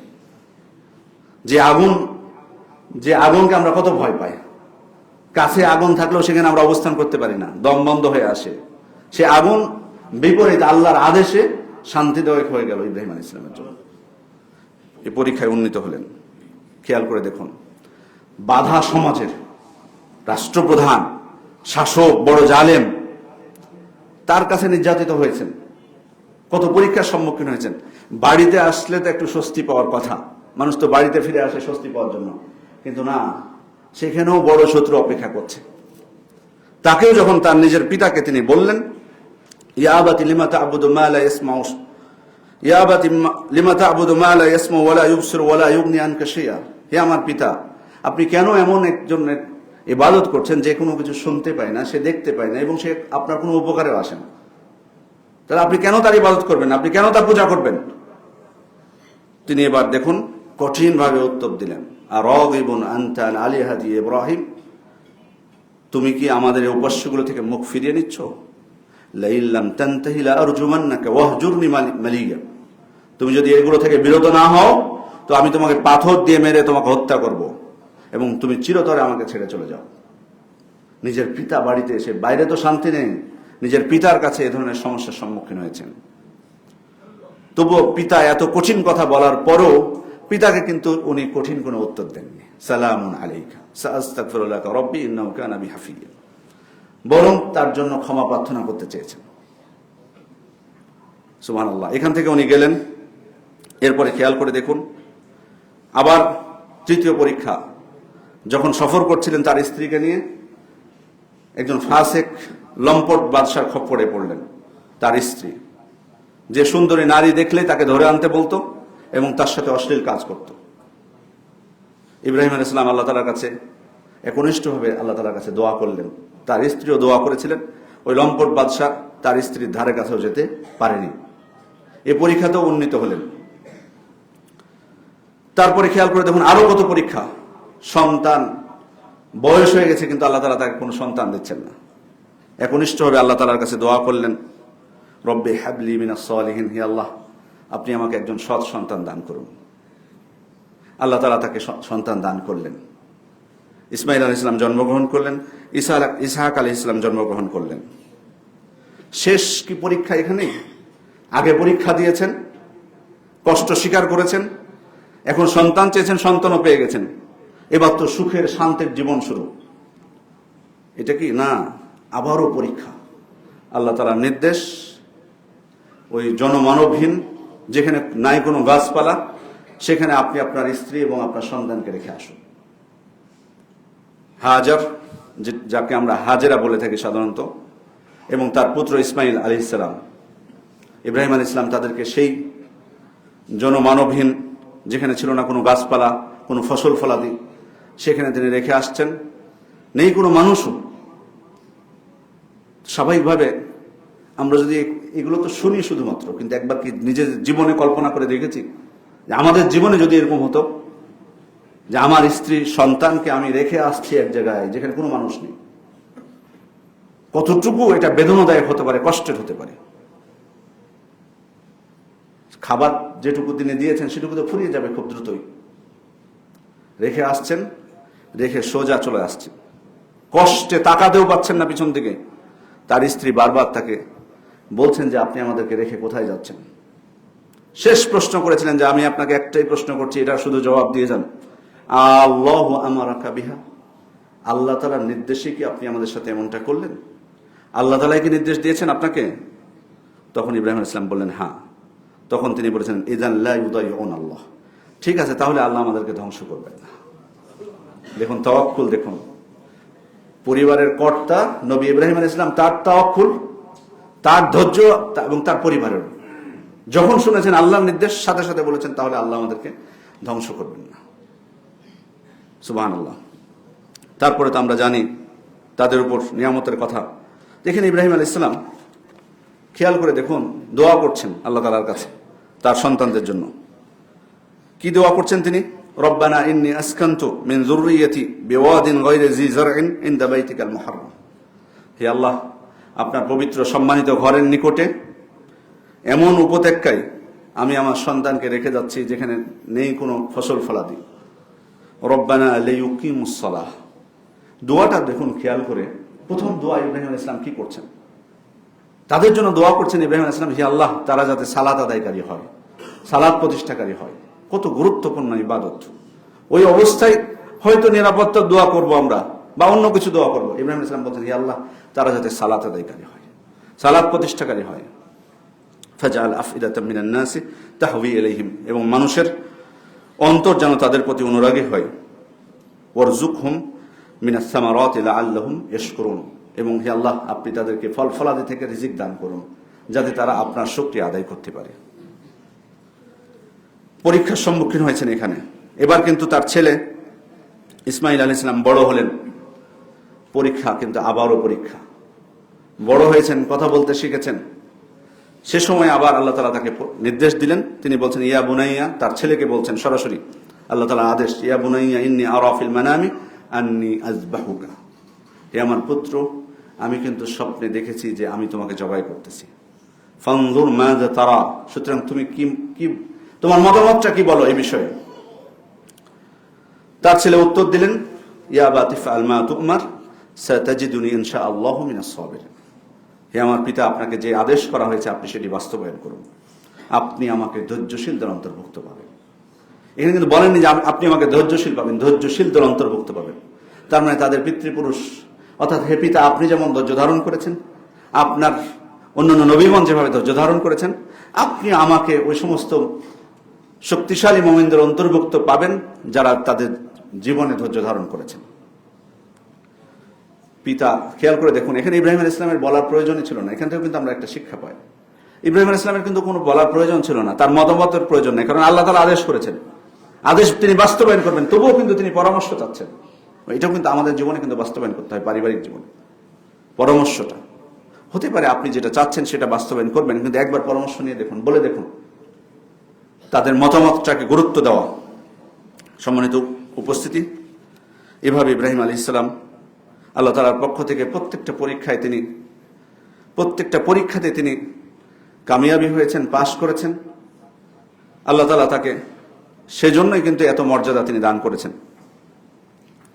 এই ধৈর্য, তার জীবনের বহু দিক রয়েছে আমাদের শিক্ষার জন্য। এই দিকটা যে প্রত্যেকটা অবস্থাতে ধৈর্য ধারণ করা, এই জন্য আল্লাহ রাসূল সাল্লাল্লাহু আলাইহি ওয়াসাল্লাম বলেছেন মাইয়াতাসাব্বার ইউসাব্বিরহুল্লাহ, কেউ যদি ধৈর্য ধারণ করতে চায়, মানে তার যদি ইচ্ছা থাকে, সে যদি নিয়ত করে যে সে ধৈর্য ধারণ করবে, আল্লাহ তাআলা তাকে ক্ষমতা দান করবেন, তাকে ধৈর্য শক্তি দান করবেন। ওমা উতিয়া আহাদুন আতাআন খায়রান ওয়া আওসা মিনাস সাবর, একজন ব্যক্তি ধৈর্যের থেকে উত্তম এবং এত প্রশস্ত নিয়ামত আল্লাহ তাআলার কাছে লাভ করেনি। কারণ এই ধৈর্য কিন্তু আমাদের জীবনের প্রত্যেকটা ক্ষেত্রে প্রয়োজন, প্রতিটা ক্ষেত্রে কিন্তু এই ধৈর্য আমাদের জীবনে প্রয়োজন। এই ধৈর্য যদি আমরা না ধারণ করতে পারি, তাহলে কিন্তু সফলতা আপনি লাভ করতে পারবেন না। কারণ এই ধৈর্য ধারণ করতে হয় কিসের ক্ষেত্রে? আল্লাহর আনুগত্যের ক্ষেত্রে। আপনাকে ঘুম, মজার শান্তির ঘুম ত্যাগ করে কিন্তু সালাতের জন্য উঠতে হবে। আল্লাহর ইবাদত যদি আপনি করতে চান, এখানে ধৈর্য লাগবে, এত সহজ নয়। ফজরের সালাত হোক অথবা রাত্রের সালাত হোক, যেটাই হোক না কেন, সিয়াম আপনি পালন করবেন এত দীর্ঘ একটা সময় না খেয়ে থেকে, এখানেও কিন্তু ধৈর্যের প্রয়োজন আছে। হজ করতে যাবেন এত দিনের জন্য, 40 দিনের জন্য কমপক্ষে সময় লাগবে, এত টাকা খরচ করা, সেখানেও কিন্তু ধৈর্যের প্রয়োজন আছে। যাকাত আপনি দিবেন, সেখানেও কিন্তু ধৈর্যের প্রয়োজন আছে প্রত্যেকটা ক্ষেত্রে। এবং এই ধৈর্য শুধু ইবাদতের ক্ষেত্রে বলতে, ইবাদতের প্রথমে আপনার প্রয়োজন ধৈর্য। শুরু যখন করবেন, নিয়তটা যাতে আল্লাহর জন্য বিশুদ্ধ হয়, ইখলাস যাতে আপনার অন্তরে থাকে। ইবাদত শুরু করেছেন, তখনও ধৈর্য লাগবে যাতে পূর্ণ করতে পারেন, যাতে ইবাদতের মাঝখান থেকে আপনি ইবাদতকে ত্যাগ না করেন। আবার ইবাদত শেষে সেখানেও ধৈর্য, যাতে সেটাকে আপনি গোপন করতে পারেন, যেন রিয়া না হয়, সেটাকে যেন আপনি প্রচার প্রসার না করেন যে কি আপনি কাজ করেছেন। এখন তো, আগে তো আমরা দেখতাম যে মক্কা এবং মদিনায় সেখানে লাইভ হচ্ছে, সালাত আদায় করা থেকে সবকিছু দেখাচ্ছে। এখন ওই লাইভের প্রয়োজন নাই। আমাদের মুসলিম ভাইরা প্রত্যেকে তাদের নিজ নিজ লাইভ করে তাদের ইবাদতগুলোকে দেখাচ্ছেন। প্রত্যেকে তওয়াফ করছেন, সেখানেও লাইভ, অথবা ইমোতে কল দিয়ে, ভিডিও কল দিয়ে বাড়িতে দেখাচ্ছেন। সাই করছেন, সেখানেও একই অবস্থা। ওই তো আরো যে ইবাদতগুলো, আরাফার ময়দানে বসে আছেন, সেটাও লাইভ করবেন। মুজতালিফায় এসেও লাইভ করবেন, দেখাবেন লাইভ। মানে আর অন্য চ্যানেলগুলোর কোনো প্রয়োজন হয় না লাইভ দেখানো। প্রত্যেকে আমরা সাংবাদিক এবং মিডিয়া ব্যক্তিত্ব হয়ে গেছে। আল্লাহ আমাদেরকে হেদায়েত দান করুন। এটা কিন্তু অত্যন্ত গুরুত্বপূর্ণ একটা বিষয়। নিজের ইবাদত, নিজের আমল যাতে আমি প্রচার প্রসার না করি, সেটাকে গোপন করার চেষ্টা করতে। আর অন্যায় থেকে নিজেকে দূরে রাখা, এটাও তো একটা বড় ধৈর্যের বিষয়। অন্যায় থেকে নিজেকে রক্ষা করা। কারণ এখানে বিষয় হলো, প্রথমত দুইটা বিষয় যে কোনো পাপ করার ক্ষেত্রে আমরা যদি আমাদের মনে আসে, সেটা হলো লজ্জাশীলতা। যে আল্লাহ আমাকে সৃষ্টি করেছেন, আমাকে তিনি খাওয়াচ্ছেন, আমাকে থাকার জায়গা দিয়েছেন, তিনি আমাকে দেখছেন আর আমি তার অবাধ্য হচ্ছি। দুনিয়াতে যদি এটা আমরা কল্পনা করি, কারো অধীনে আপনি চাকরি করছেন, তিনি আপনাকে কিন্তু সরাসরি দেখতেছেন, ওই সময় কি আপনি তার অবাধ্য হতে পারবেন? উনি না থাকলে তাকে হয়তো ফাঁকি দেওয়ার চেষ্টা করবেন। তাহলে আল্লাহ তাআলাকে আমরা তো জানি যে তিনি আমাদেরকে দেখছেন, তবুও আমরা তার অবাধ্য হচ্ছি। লজ্জাশীলতা। দ্বিতীয় বিষয় হচ্ছে পরিণতি। যে কাজটা আমি করতেছি, এর পরিণতিটা কি, সেটা যদি ভাবি, তাহলে পাপ থেকে নিজেকে আমরা রক্ষা করতে পারবো। তৃতীয় বিষয় ধৈর্যের ক্ষেত্রে বালা মুসিবতে ধৈর্য ধারণ করা। কারণ আল্লাহ তাআলা পরীক্ষা করবেন। আমাদের কৃতকর্মের কারণে তিনি শাস্তি দিতে পারেন, আবার ঈমান শক্তিশালী হওয়ার কারণে তিনি আমাদেরকে পরীক্ষাও করতে পারেন। ওয়ালা নাবলুয়ান্নাকুম বিশাইইম মিনাল খাউফি ওয়াল জুই ওয়া নাকসি মিনাল আমওয়ালি ওয়াল আনফুসি ওয়াস সামারাত ওয়া বাশশিরিস সাবিরিন। আল্লাহ তাআলা স্পষ্ট বলে দিয়েছেন, আমি তোমাদেরকে অবশ্যই পরীক্ষা করব, বিভিন্নভাবে। সেটা ভয়ভীতি, ক্ষুধা, মালের সম্পদের কমতি, সন্তানের কমতি দ্বারা। কিন্তু সুসংবাদ আছে কাদের জন্য? অবশ্যিরিস সাবিরিন, ধৈর্যশীলদেরকে তুমি সুসংবাদ দিয়ে দাও, যারা ধৈর্য ধারণ করবে এই বিপদ আপদে। সম্মানিত উপস্থিতি, এটাই হচ্ছে মুমিনের অন্যতম গুণ, ধৈর্য। আজাবান লিআমরিল মুমিন ইন্না আমরাহু কুল্লুহু খায়র। মুমিনের বিষয়টা আসলে বড়ই আশ্চর্যজনক। তার প্রতিটা বিষয় কিন্তু কল্যাণজনক। ইন আসাবাতহু সাররা শাকারা ফাকানা খায়রাল্লাহ। তার যদি ভালো কিছু হয়, সে আল্লাহর শুকরিয়া আদায় করে এবং এটাই তার জন্য কল্যাণকর হয়। ওয়াইন আসাবাতহু দাররা সাবারা ফাকানা খায়রাল্লাহ। আর যদি খারাপ কোনো কিছু হয়, তাহলে সে ধৈর্য ধারণ করে এবং আল্লাহ তাআলা, এবং এটাই কিন্তু তার জন্য কল্যাণকর হয়। তাহলে ভালো হলে শুকরিয়া আদায়, মন্দ কোনো কিছু হলে ধৈর্য ধারণ, দুটোই মুমিনের জন্য কল্যাণকর। তার মানে তার প্রত্যেকটা বিষয় তাহলে কল্যাণকর। অতএব আমরা চেষ্টা করব আমাদের জীবনে যাতে আমরা এই ধৈর্যের যে বিশেষ গুণ, যেটা মুমিনদের অন্যতম একটা গুণ, সেটা যাতে আমাদের জীবনে কিন্তু আমরা বাস্তবায়ন করতে পারি।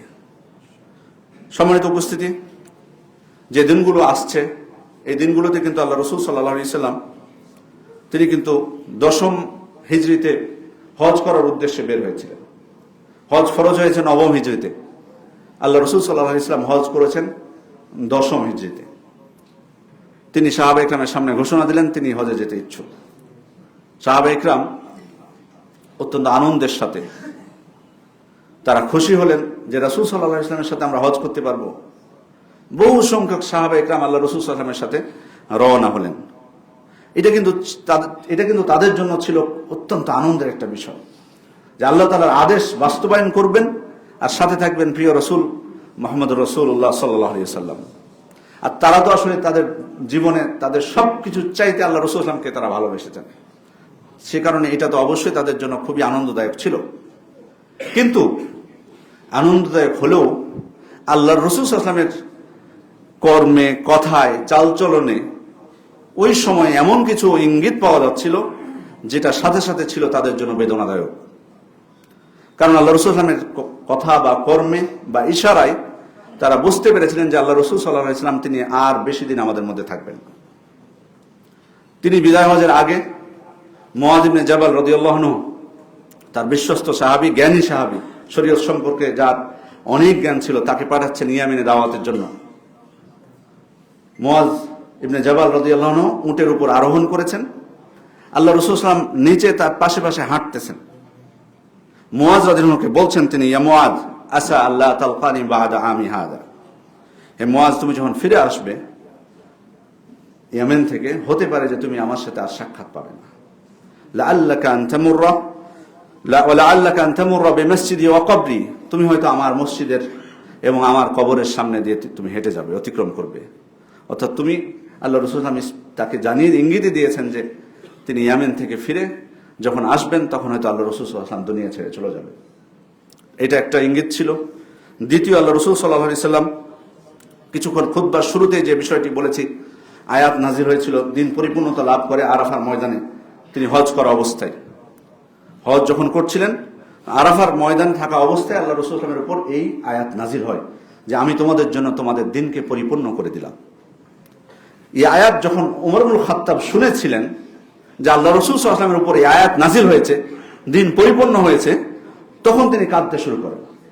তো অন্য সাহাবে কেরাম তো বুঝতে পারেনি, ওনারা আশ্চর্য হয়েছেন যে দিন পরিপূর্ণ হয়েছে, ওমর ইবনুল খাত্তাব কাঁদেন কেন? তখন তিনি জবাব বলেছেন, লাইসা বা'দাত তামামি ইল্লা নুকসান, পরিপূর্ণতার পরে অপূর্ণতা ছাড়া আর কোনো কিছুই থাকে না। মানে তিনি বুঝতে পেরেছিলেন দিন যেহেতু পরিপূর্ণ হয়ে গেছে, তার মানে আল্লাহ রাসূল সাল্লাল্লাহু আলাইহি ওয়াসাল্লাম আর বেশি দিন আমাদের মধ্যে থাকবেন না। সেজন্যই উনি কাঁদতে শুরু করেন। তার তিনি একাধিকবার তিনি বক্তব্য দিয়েছেন, খুতবা দিয়েছেন আরাফার ময়দানে, আয়ামুত তাশরিকের দিনগুলোতে বা জিলহজ মাসের 10 তারিখে কুরবানির দিনে। প্রত্যেকটা বক্তব্যে তার কথার মধ্যে ছিল, যেমন তিনি জিজ্ঞেস করেছেন, আলা হাল বাল্লাত, আমি কি তোমাদের কাছে আমাকে আল্লাহ তাআলা যে আমানত দিয়ে পাঠিয়েছেন সেটা কি আমি পৌঁছে দিতে পেরেছি? সাহাবায়ে কেরাম জবাব দিয়েছেন জি। তখন বলেছেন আল্লাহুম্মা ফাশহাদ, হে আল্লাহ আপনি সাক্ষী থাকুন। তার মানে এখানেও কিন্তু ইঙ্গিত রয়েছে। তারপর তিনি তার ভাষণের মধ্যে মানুষদেরকে ডেকে জিজ্ঞেস করেছেন, ইয়া আইয়ুহান নাস ইসমাউ কওলি, হে মানুষেরা তোমরা আমার কথা শোনো। তার বক্তব্যের মধ্যে বলছেন, ফাইন্নী লা আদরি লাআল্লি লা আলকাকুম বা'দা আমি হাযা বিহাযাল মাওকিফ, আমি জানি না, হতে পারে এই বছরের পরে এই স্থানে হয়তো আমি তোমাদের সাথে আর সাক্ষাৎ করতে পারবো না। জাবির ইবনে আব্দুল্লাহ রাদিয়াল্লাহু আনহু বলছেন যে আল্লাহ রাসূল সাল্লাল্লাহু আলাইহি ওয়াসাল্লাম ইয়াউমুন নাহার বা কুরবানির দিন তিনি উটের পিঠে আরোহণ করা অবস্থায় তিনি সকলকে উদ্দেশ্য করে বললেন, লিতাখুযু মানাসিকাকুম, তোমরা আমার থেকে হজের বিধিবিধান শিখে নাও। ফাইন্নী লা আদরি লাআল্লি লা আহুজ্জু বা'দা হাজ্জাতি হাযা, কারণ আমি জানি না, হতে পারে যে এই হজের পরে আমি আর হয়তো হজ করতে পারবো না।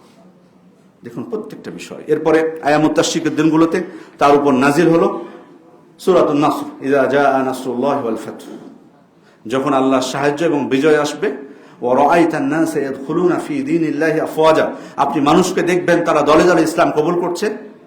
ফাইন্নামা হুয়া আজালুক, ইবনে আব্বাস রাদিয়াল্লাহু আনহু এর ব্যাখ্যায় বলছেন, তার মানে আপনি বুঝে নেবেন যে আপনার সময় শেষ হয়েছে। ফাসাব্বিহ বিহামদি রাব্বিকা ওয়াস্তাগফির, অতএব আপনি আপনার রবের প্রশংসায় তার ইস্তিগফার করুন, তার কাছে তার পবিত্রতা বর্ণনা করুন এবং তার কাছে আপনি ইস্তিগফার করুন, ক্ষমা প্রার্থনা করুন। তাহলে আয়াত নাজিল হওয়ার মাধ্যমেও আল্লাহ তাআলা তার রাসূলকে ইঙ্গিত দিলেন যে তিনি আর বেশি দিন এই দুনিয়ায় থাকবেন না, তার সময় ফুরিয়ে এসেছে। এই জন্য সাহাবায়ে কেরামের জন্য এটা যেমন আনন্দের একটা দিক ছিল, এটা যেমন তাদের জন্য আনন্দের একটা দিক ছিল যে তারা আল্লাহ রাসূল সাল্লাল্লাহু আলাইহি ওয়াসাল্লামের সাথে হজ করবেন, সাথে সাথে এটা তাদের জন্য বেদনাদায়কও ছিল। সম্মানিত উপস্থিতি, আল্লাহ রাসূল সাল্লাল্লাহু আলাইহি ওয়াসাল্লাম তার ভাষণে বেশ কিছু গুরুত্বপূর্ণ বিষয়ে তিনি ইঙ্গিত করেন। আল্লাহ তাআলার হক আদায়ের পাশাপাশি মানুষের বিভিন্ন হকের বিষয়ে তিনি কথা বলেছেন। আজকে তো আমরা দেখতে পাই যে বিভিন্ন মানবাধিকার যে সংস্থাগুলো আছে, মানুষের বিভিন্ন অধিকার নিয়ে কিন্তু তারা কাজ করছে, বিভিন্ন অধিকার, নারীদের অধিকার, শিশুদের অধিকার, বিভিন্ন অধিকার নিয়ে। কিন্তু আসলে আমরা যদি বিদায় হজের যে ভাষণটা ছিল আল্লাহ রাসূল সাল্লাল্লাহু আলাইহি ওয়াসাল্লামের, সেই ভাষণটা যদি খেয়াল করতে পারি, তো আল্লাহ রাসূল সাল্লাল্লাহু আলাইহি ওয়াসাল্লাম বহু আগে এই অধিকারগুলোর কথা স্পষ্টভাবে বলে গেছেন। এটা নতুন কিছু নয়, এটা তো এখন আপনারা সংস্থা করেছেন। আপনাদের কথাগুলো, মানুষের অধিকার সম্পর্কিত কথাগুলো আল্লাহ রাসূল সাল্লাল্লাহু আলাইহি ওয়াসাল্লাম স্পষ্টভাবে বলে গেছেন। তার মানে সেটাই আগে, আপনারাই হচ্ছেন পরে। আপনারা আগে নন। আরেকটা পার্থক্য আছে, বড় পার্থক্য, আপনারা যেটা তৈরি করেছেন এটার মধ্যে বহু ভুল ভ্রান্তি আছে। এই জন্য আপনাদেরকে প্রতি বছর চেঞ্জ করতে হয়, পরিবর্তন করতে হয়। কিন্তু আল্লাহ রসুল সাল্লাল্লাহু আলাইহি ওয়াসাল্লাম যে মানুষের যে অধিকারের কথা বলেছিলেন সেগুলো আল্লাহ তাআলার পক্ষ থেকে, সেখানে কোনো অপূর্ণতা নেই কোনো ভুল, সেগুলো পরিবর্তন করার কোনো প্রয়োজন নেই। এটাই হচ্ছে পার্থক্য। আল্লাহ রসুল সাল্লাল্লাহু আলাইহি ওয়াসাল্লাম একটা শুধুমাত্র বলে আমার খুতবা শেষ করব। তিনি মানুষকে ডেকে বললেন, ইয়া আইয়ুহান নাস ইন্না রাব্বাকুম ওয়াহিদ, হে মানুষেরা জেনে রাখো তোমাদের রব হচ্ছেন একজন। ওয়া ইন্না আবাকুম ওয়াহিদ, তোমাদের পিতা একজন, আদম আলাইহিস সালাম। আলা লা ফাদলা লি আরাবি আলা আজামি ওয়ালা লি আজামি আলা আরবি, মনে রেখো কোন আরবের উপর অনারবের বা অনারবের উপর আরবদের কোনো শ্রেষ্ঠত্ব নেই। ওয়ালা আলি আহমার আলা আসওয়াদ ওয়ালা আলি আসওয়াদ আলা আহমার, শ্বেতাঙ্গের উপর কৃষ্ণাঙ্গের, কৃষ্ণাঙ্গের উপর শ্বেতাঙ্গের কোনো শ্রেষ্ঠত্ব নেই। সাদার উপর কালো বা লালের উপর কালো বা কালোর উপর লালের কোনো শ্রেষ্ঠত্ব নেই। তার মানে দেশ ভিন্নতা, ভাষার ভিন্নতা, রঙের ভিন্নতা, সম্পদের কম বেশি হওয়া, এগুলো মানুষের শ্রেষ্ঠত্বের কোনো বিষয় না। একজনের কাছে বেশি সম্পদ আছে ওই জন্য উনি, যার কম আছে দরিদ্র তার থেকে উনি শ্রেষ্ঠ। একজন ফর্সা দেখতে আরেকজন কালো, সেজন্য কি উনি কালোর থেকে শ্রেষ্ঠ? উনি অ্যারাবিয়ান আর ইনি আরেকজন হচ্ছে নন অ্যারাবিয়ান, সেজন্য অ্যারাবিয়ান বলে কি উনি শ্রেষ্ঠ? না, এটা শ্রেষ্ঠত্বের কোনো মাপকাঠি নয়। এই জন্য আল্লাহ রাসূল সাল্লাল্লাহু আলাইহি ওয়াসাল্লাম বুঝিয়ে দিচ্ছেন এগুলো।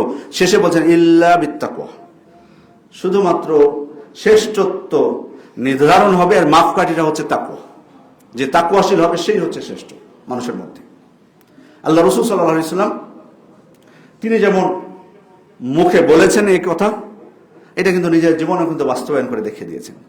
যে সময়ে তিনি বক্তব্য দিচ্ছেন ওই সময়ে দেখুন আল্লাহ রাসূল সাল্লাল্লাহু আলাইহি ওয়াসাল্লামের নিকটে, সব থেকে নিকটে ছিলেন বেলাল হাবাশী রাদিয়াল্লাহু আনহু। হাবাশা থেকে এসেছিলেন, কি খুব বিত্তশালী মানুষ ছিলেন। তার খুব নিকটে ছিলেন উসামা বিন যায়েদ রাদিয়াল্লাহু আনহু। তার পিতা ছিলেন দাস, কৃতদাস এক সময়, যে যায়েদ বিন হারেসার নাম শুধুমাত্র একমাত্র সাহাবী যার নাম পবিত্র কোরআনে এসেছে। আল্লাহ রাসূল সাল্লাল্লাহু আলাইহি ওয়াসাল্লাম তার পিতাকে যায়েদ ইবনে হারেসাকে মুতার যুদ্ধে সেনাপতি করে পাঠিয়েছেন। কত মর্যাদা দিয়েছেন। ছিলেন তো কৃতদাস, এটা কি বলেছিলেন যে ও কৃতদাস না, তুমি নেতা হওয়ার যোগ্যতা রাখো না, যুদ্ধের সেনাপতি হওয়ার যোগ্যতা রাখে না? না, তাকে যুদ্ধের সেনাপতি করে পাঠিয়েছেন যায়েদ বিন হারেসা রাদিয়াল্লাহু আনহু। তার পুত্র উসামা বিন যায়েদ হিব্বু রাসূলিল্লাহি সাল্লাল্লাহু আলাইহি ওয়াসাল্লাম, যাকে আল্লাহ রাসূলের প্রিয় ব্যক্তিত্ব বলা হয়, তিনি কাছে দাঁড়িয়ে আছেন, তাকে ছায়া করে দাঁড়িয়ে আছেন আল্লাহ রাসূল সাল্লাল্লাহু আলাইহি ওয়াসাল্লামকে। বেলাল রাদিয়াল্লাহু আনহুকে আমরা কে না চিনি, তার সম্পর্কে আমাদের জানা আছে। উমাইয়া বিন খালাফের ছিলেন গোলাম। ইসলাম গ্রহণ করার কারণে যত নির্যাতন আছে, এমন কোন নির্যাতন নাই যে বেলাল রাদিয়াল্লাহু আনহুর উপর করা হয়নি। ছোট বাচ্চাদেরকে টেনে হেঁচড়ে মক্কার অলিতে গলিতে টেনে হেঁচড়ে নিয়ে যাওয়া হতো। উত্তপ্ত বালিতে দুপুরের সময় গরম বালির উপর তাকে শুয়ে রাখা হতো। তবুও তিনি কুফরি করেননি, ধৈর্য ধারণ করেছেন। তাকে মুক্ত করেছেন, তাকে ক্রয় করে মুক্ত করেছেন আবু বকর রাদিয়াল্লাহু আনহু। এই জন্য ওমর ইবনুল খাত্তাব রাদিয়াল্লাহু আনহু বলতেন, আবু বকর সাইয়্যিদুনা ওয়া আ'তাকা সাইয়্যিদানা, আবু বকর আমাদের নেতা, তিনি আমাদের আরেক নেতাকে তিনি মুক্ত করেছেন, সেটি হচ্ছে বেলাল রাদিয়াল্লাহু আনহু। কারণ আল্লাহ রাসূল সাল্লাল্লাহু আলাইহি ওয়াসাল্লাম তাকে অনেক দায়িত্ব দিয়েছেন, বাইতুল মালের দায়িত্ব দিয়েছেন। তাহলে কোথায় হাবাসা থেকে এসেছেন, তিনি নেতা হয়ে গেছেন। কারণ শ্রেষ্ঠত্বের মাপকাঠি ছিল তাকওয়া। সেই বেলাল রাদিয়াল্লাহু আনহুকে আল্লাহ রাসূল সাল্লাল্লাহু আলাইহি ওয়াসাল্লাম তার জীবনের সারা জীবনের মুয়াজ্জিন হিসেবে গ্রহণ করেছেন। মুকিম অবস্থায় যখন থাকতেন তখনও আজান দিতেন, সফরে গেলেও বেলাল রাদিয়াল্লাহু আনহুর সাথে ছিলেন, তখনও আজান দিতেন। এই জন্য আল্লাহ রাসূল সাল্লাল্লাহু আলাইহি ওয়াসাল্লামের মৃত্যুর পর সবাই ব্যথিত হয়েছেন, সাহাবা ইকরাম, প্রিয় মানুষকে হারিয়ে। যারা বেশি ব্যথিত হয়েছিলেন তাদের মধ্যে ছিলেন বেলাল রাদিয়াল্লাহু আনহু। সবসময় থাকতেন আল্লাহ রাসূল সাল্লাল্লাহু আলাইহি ওয়াসাল্লামের কাছে। এজন্য তিনি দুঃখে কষ্টে মদিনা থেকে বাইরে চলে গেছিলেন। ওমর ইবনুল খাত্তাবের সময়ে তিনি একবার, কোন কোন বর্ণনা এসেছে একবার ফিরে এসেছিলেন মদিনায়। তখন সবাই তাকে রিকোয়েস্ট করেছিলেন আজান দেওয়ার জন্য। তার সুললিত কণ্ঠের আজানের কথা কে না জানে। রাজি হয়েছিলেন আজান দিতে, কিন্তু যখন আশহাদু আন্না মুহাম্মাদুর রাসূলুল্লাহ বলেছিলেন তখন তিনি অত্যন্ত ডুকরে ডুকরে কাঁদতেছিলেন। কারণ রাসূলের কথা, সেই রাসূলের সময়ের সেই কথা তার মনে চলে আসে, সবারই মনে চলে আসে। বেলাল রাদিয়াল্লাহু আনহু আজান শুনে সবাই কাঁদতেছিলেন, কারণ এই আজানের সুরই তাদেরকে রাসূলের যুগে ফিরিয়ে নিয়ে যায়। কোন কোন বর্ণনা এসেছে বেলাল রাদিয়াল্লাহু আনহু তার আজানই পূর্ণ করতে পারেননি। আর সেই বেলাল রাদিয়াল্লাহু আনহু শুধু দুনিয়াতেই যে আল্লাহ রাসূলের কাছে বা মুসলিমদের কাছে শ্রেষ্ঠত্ব হয়েছেন সেটা না, বরং আখিরাতেও। আল্লাহ রাসূল সাল্লাল্লাহু আলাইহি ওয়াসাল্লাম বেলাল রাদিয়াল্লাহু আনহুকে বলছেন, ইয়া বিলাল হাদ্দিসনি হাদ্দিসনি বিআরজা আমালিন ইনদাক আমিলতাহু ফিল ইসলাম, তোমার কাছে সর্বাধিক আশাব্যঞ্জক কি আমল তুমি করো ইসলাম গ্রহণের পর, কি এমন আশাব্যঞ্জক তুমি আমল করেছো? ফাইন্নী সামি'তু, কারণ আমি শুনতে পেয়েছি, দাফানা আলাইকা বাইনা ইয়াদাই ফিল জান্নাহ, বেলাল তুমি সর্বাধিক আশাব্যঞ্জক এমন কি আমল করেছো ইসলাম গ্রহণের পরে, যার কারণে জান্নাতে আমি আমার সামনে তোমার জুতার পায়ের শব্দ শুনেছি। সুবহানাল্লাহ, এটা কি ইঙ্গিত করছে? আমার সামনে বলে মানে তুমি আমার আগেই জান্নাতে প্রবেশ করেছো। যদিও আল্লাহ রাসূল সাল্লাল্লাহু আলাইহি ওয়াসাল্লাম আগে প্রবেশ করবেন, কিন্তু আল্লাহ রাসূল সাল্লাল্লাহু আলাইহি ওয়াসাল্লাম স্বপ্নে দেখেছেন, তাকে বেলাল রাদিয়াল্লাহু আনহু জিজ্ঞেস করছেন। তিনি যখনই পবিত্রতা অর্জন করতেন তখনই সাধ্যমতো সালাত আদায়ের চেষ্টা করতেন, যেটাকে আমরা তাহিয়াতুল উযু বলা হয়। তাহিয়াতুল উযু এটা অত্যন্ত গুরুত্বপূর্ণ একটি সুন্নাত। সম্মানিত উপস্থিতি, যে কথা বলছিলাম যে কুরবানি বা ঈদুল আযহা আসে আমাদের জীবনে, আবার চলে যায়। হজ আমাদের জীবনে আসে, আবার শেষ হয়ে যায়, কিন্তু আমরা আসলে শিক্ষাগুলো কতটুকু বাস্তবায়ন করতে পারছি? আল্লাহ রাসূল সাল্লাল্লাহু আলাইহি ওয়াসাল্লাম যে বিদায় হজে তার মৃত্যুর পূর্বে যে ঐতিহাসিক যে ভাষণ দিয়েছিলেন, সেটা তো আমরা পড়ছি সব সময়, সেটা বিবরণ দিচ্ছি, কিন্তু কতটুকু আমাদের নিজেদের জীবনে বাস্তবায়ন করছি? আল্লাহ তাআলার কাছে দোয়া করি, আল্লাহ তাআলা যেন আমাদেরকে যে মর্যাদাপূর্ণ সময়গুলো আমরা পাবো বা পাচ্ছি, সে সময়গুলো যাতে কাজে লাগার তৌফিক দান করুন। আল্লাহুম্মা আমিন। বারাকাল্লাহু লানা ওয়া লাকুম ফিল কোরআনিল মাজিদ ওয়া নাফা'নি ওয়া ইয়্যাকুম বিমা ফিহি ওয়া বিসুন্নাতিল মুস্তাফা মিনাল আয়াতি ওয়াজ যিকরিল হাকীম। আকুলু কওলি হাযা ওয়া আস্তাগফিরুল্লাহ লি ওয়া লাকুম ওয়া লিজামিল মুসলিমিন মিন কুল্লি যামবিন ফাস্তাগফিরুহু ওয়া তুবু ইলাইহি ইন্নাহু হুয়াত তাওয়াবুর রাহিম।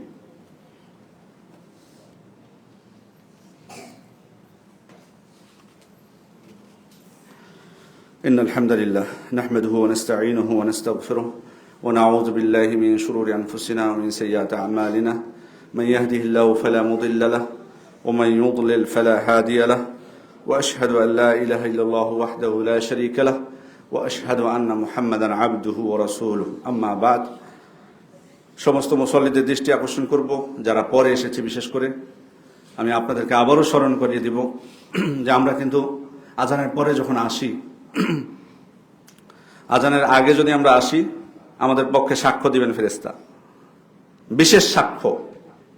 আমি বলছি না যে আপনি জুমার সালাত আপনার হবে না, জুমার সালাত যদি এসে ইমামের সাথে এক রাকাতও পান, তবুও জুমার আপনি পাচ্ছেন, এটা গণ্য হবে। কিন্তু আমি অনুরোধ করব যে প্রত্যেকটা জুমাতে, শুধু আজকের কথা বলছি না, প্রত্যেকটা জুমাতে আপনি এমনভাবে মসজিদে আসবেন, মসজিদে আসার ফজিলত আমরা জানি, দ্বিতীয়বার আমি বলছি না, কমপক্ষে খুতবাটা যাতে প্রথম থেকে পান, সে চেষ্টাটুকু আমাদের করতে হবে। আমরা আগে খুতবার শুরুতেই বলেছি, আবারও স্মরণ করে দিচ্ছি সবাইকে, জিলহজ মাসের শুরু হতে যাচ্ছে। জিলহজ মাস এই 10 দিন, এই 10 দিনের আমল আল্লাহ তাআলার কাছে অন্যান্য দিনের আমলের থেকে সর্বাধিক প্রিয়। অতএব আসুন আমরা এই আমলগুলো করার চেষ্টা করি, সময় দেওয়ার চেষ্টা করি। দুনিয়ার জন্য আমরা সময় দিচ্ছি, বিষয়টা যাতে এমন না হয় দুনিয়ার জন্য পরিপূর্ণই দিব যেভাবে দিয়ে থাকি, সময় যদি বাঁচে তাও তখন আমি আখিরাতের জন্য দিব, এটা কিন্তু না। বরং আমাদের জীবনের যতই ব্যস্ততা থাকুক, আপনি আমাকে বোঝাতে পারেন আপনার ব্যস্ততা, আমিও আপনাকে আমার ব্যস্ততা বুঝিয়ে দিতে পারি, হয়তো আপনি বুঝেও নেবেন। কিন্তু প্রশ্ন থাকবে একটা, আমি আল্লাহ তাআলাকে আমি সময়ের হিসাব দিতে পারবো কিনা, তাকে আমার ব্যস্ততা আমি বুঝিয়ে দিতে পারবো কিনা, যে আল্লাহ তিনি আমারটা গ্রহণ করবেন কিনা, যে আমি দুনিয়াতে অনেক ব্যস্ত ছিলাম, মানুষ আমাকে ছাড়তো না, দাওয়াতের জন্য নিয়ে যেত মসজিদে মসজিদে, সেখানে ওয়াজ মাহফিল করতাম, দাওয়াত দিতাম, আপনার ইবাদত করার সুযোগই হয়নি। এটা আল্লাহ তাআলা আমার পক্ষ থেকে গ্রহণ করবেন কিনা, প্রশ্নটা কিন্তু এখানে। সেজন্য আসুন আমরা প্রত্যেকে নিজের হিসাবটা করি, মানুষের বিষয়ে যদি খারাপ কোনো কিছু দেখি তাদেরকে নসিহত করার চেষ্টা করি, কিন্তু গবেষণা বাদ দিই, কে কি করছে, কে কি করলো, আমাদের নিজেদের বিষয়ে আল্লাহ তাআলার কাছে কতটুকু আমরা হিসাব দিতে পারবো সে চেষ্টা করি। আল্লাহ আমাদেরকে তৌফিক দান করুন। ইন্নাল্লাহা ওয়া মালাইকাতাহু ইউসাল্লুনা আলান নবী ইয়া আইয়ুহাল্লাযীনা আমানু সাল্লু আলাইহি ওয়া সাল্লিমু তাসলিমা ওয়া ক্বালা সাল্লাল্লাহু আলাইহি ওয়া সাল্লাম মান সাল্লা আলাইহি সালাতান সাল্লাল্লাহু আলাইহি আশরা। আল্লাহুম্মা সাল্লি আলা মুহাম্মাদ ওয়া আলা আলি মুহাম্মাদ কামা সাল্লাইতা আলা ইব্রাহিম ওয়া আলা আলি ইব্রাহিম ইন্নাকা হামিদুম মাজিদ। আল্লাহুম্মা বারিক আলা মুহাম্মাদ ওয়া আলা আলি মুহাম্মাদ কামা বারাকতা আলা ইব্রাহিম وعلى آل إبراهيم إنك حميد مجيد. وارض اللهم عن الخلفاء الراشدين والأئمة المهديين أبي بكر وعمر وعثمان وعلي وعن سائر الصحابة والتابعين ومن تبعهم بإحسان إلى يوم الدين. اللهم أعز الإسلام والمسلمين، اللهم أذل الشرك والمشركين، اللهم انصر المسلمين في كل مكان. ربنا آتنا في الدنيا حسنة وفي الآخرة حسنة وقنا عذاب النار ربنا ظلمنا أنفسنا وإن لم تغفر لنا وترحمنا لنكونن من الخاسرين اللهم اشف مرضانا وارحم موتانا واغفر لنا جميعا يا رب العالمين আমাদের মধ্যে যারা অসুস্থ আমরা আন্তরিকভাবে তাদের জন্য দোয়া করব আল্লাহ যেন তাদেরকে সুস্থতা দান করেন যারা মারা গেছেন আমরা দোয়া করব আল্লাহ যেন তাদেরকে কবরে আযাব থেকে রক্ষা করেন এবং জান্নাতুল ফিরদাউস দান করেন আমিন ইবাদাল্লাহ ইয়ারহামুকাল্লাহ ইয়ারহামুকুমুল্লাহ ইন্নাল্লাহা ইয়া'মুরু বিল আদলি ওয়াল ইহসান ওয়া ইতা'i যিল কুরবা ওয়া ইয়ানহা আনিল ফাহশাই ওয়াল মুনকার ওয়াল বাগি ইয়া'iযুকুম লা'আল্লাকুম তাযাক্কারুন ফাযকুরুল্লাহা ইয়াযকুরুকুম ওয়াদউহু ইস্তাজিব লাকুম ওয়া লাযিকরুল্লাহি আকবার ওয়াল্লাহু ইয়া'লামু মা তাসনাউন কুমু ইলা সালাতিকুম